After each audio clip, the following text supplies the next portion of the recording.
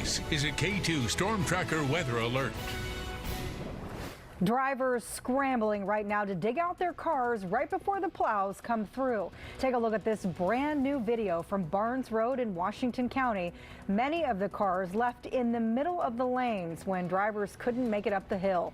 More on that developing situation in just a moment. But first, the metro area under an ice storm warning tonight, threatening to cut off lights and heat for thousands of Oregonians. Right now, crews are working to restore power to more than 200,000 people across the state, many of them in the metro area. Taking a live look across the area now, you can see all the snow and ice covering roads and buildings, and now even more could be on the way. The National Weather Service tweeting out this map within the past 20 minutes, revealing the areas most likely to experience new power outages tonight. Take a look. The West Hills, the east side of the metro area, especially east of 205 and areas north of Happy Valley. Thanks for joining us on KATU News at 6. I'm Catherine Kissel. This news comes as PGE crews are already working to get power back to thousands of people who were left in the cold tonight. More than 120,000 people in Clackamas County and 75,000 in Marion. Right now, thousands of power lines are down because of thick ice. This is a photo just in about an hour ago from Sunnyside Road. Emergency officials are trying to remove a fallen power line, closing a portion of Sunnyside from 172nd to Highway 212. And statewide, there are more than 200,000 people without power. In fact, every single red dot on PGE's outage map indicates a cluster of power outages.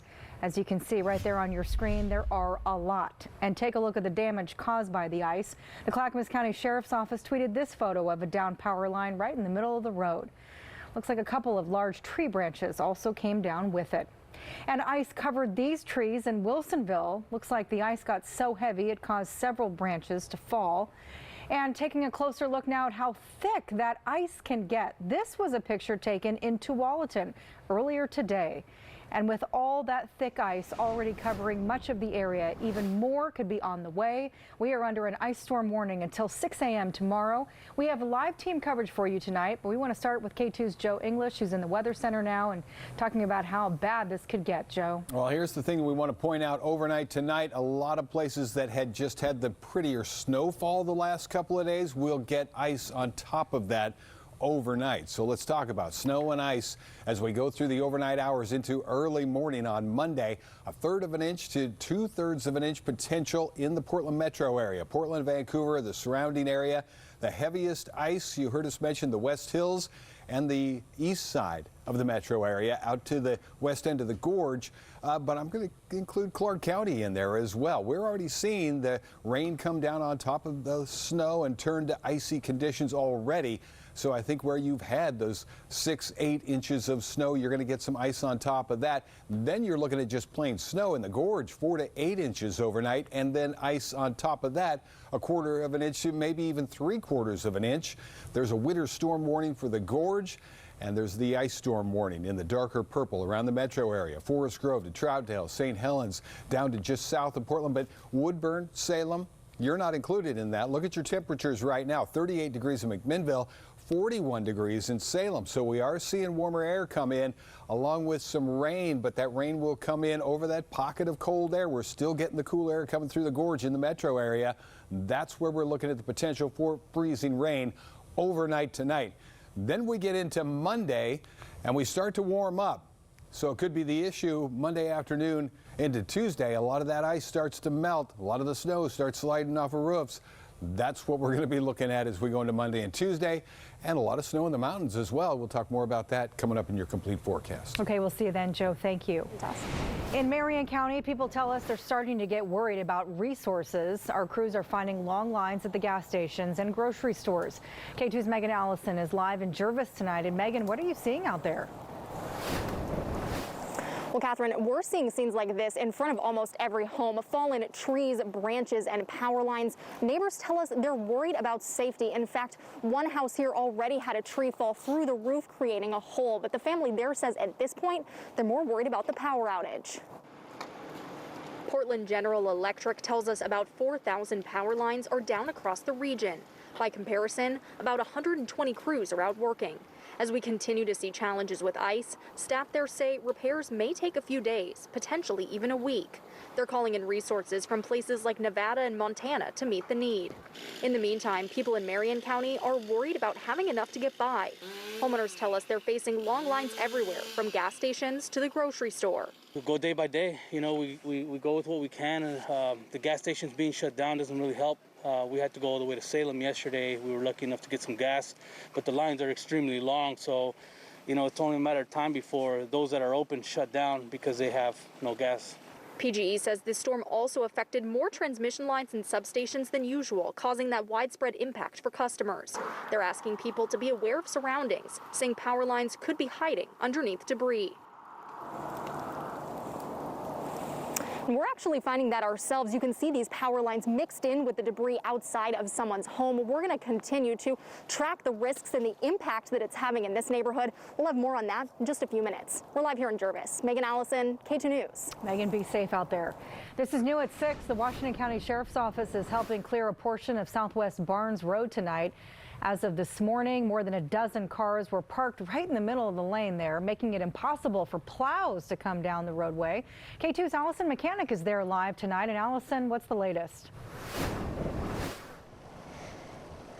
Well, Catherine, there's now only 2 cars left here on Southwest Barnes, and we're right near Southwest 84th, just to give you an idea of where we are. But yeah, these 2 cars here behind us are the last 2 that remain here on the roadway. The sheriff's deputy that's out here tells us that these cars have been here since Thursday. We were actually able to talk to the owner of this black car right here. They say they've been trying to get a tow since Thursday, but say each time it's been getting canceled. So now they're waiting for the sheriff's department to help get them out so that they can now clear the road. Now, we want to show you a little bit further down the roadway here. You can see that this is the rest of the portion of Southwest Barnes that is currently blocked off. They are moving traffic out of the way because once all of these cars get clear, they're going to have a plow come through. We were able to talk to one driver earlier today who also got stuck out here. This is how they described the road conditions on Thursday.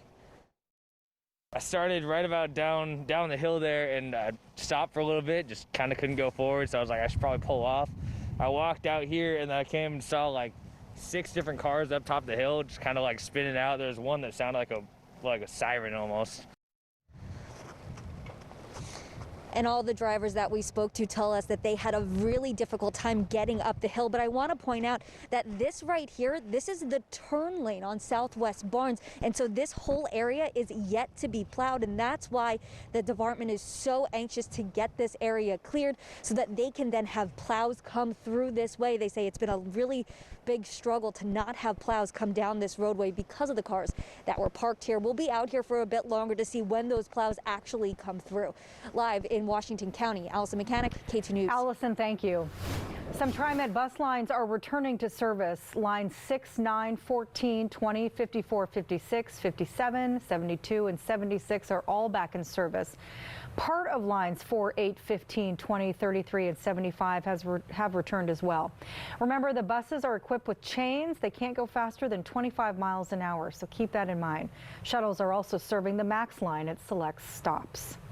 PBOT's plow activity map shows crews are very active tonight. You can see several plows and salt trucks trying to clear the main roads. Side streets may be more of a challenge for drivers. PBOT says that there are limited resources to getting to those smaller streets. Let's take a look at the road conditions now through the area. Here's a look at I-5 at Morrison, and you can see that it's a little slushy out there, but traffic is moving. Now we want to take you out to 205 at Airport. You can see traffic is moving just a little slower out there. Still moving okay, though. Here's 84 at Halsey. And not much traffic in that area. That has been a trouble spot for sure in the last few days. I-84 from Troutdale to Hood River was reopened early this morning. It had been closed for the majority of the day yesterday. However, it looks like some semi-drivers still face some challenges this morning. Our crews passed by several semis who had pulled over on the side of the road just to be safe. ODOT says that crews have been busy in Polk County clearing the roads. Look at this. A line of trees fell onto Kings Valley Highway because of all the freezing rain. Coming up, we'll take you back out to hard-hit Marion County, where thousands are still without power. How they're staying warm tonight as temperatures hover around freezing. And we'll take a closer look at your temperatures down at the lower elevations. Could be a slushy mess the next couple of days. Lots of new snow in the Cascades, though. We'll have that in the forecast coming up in a few minutes.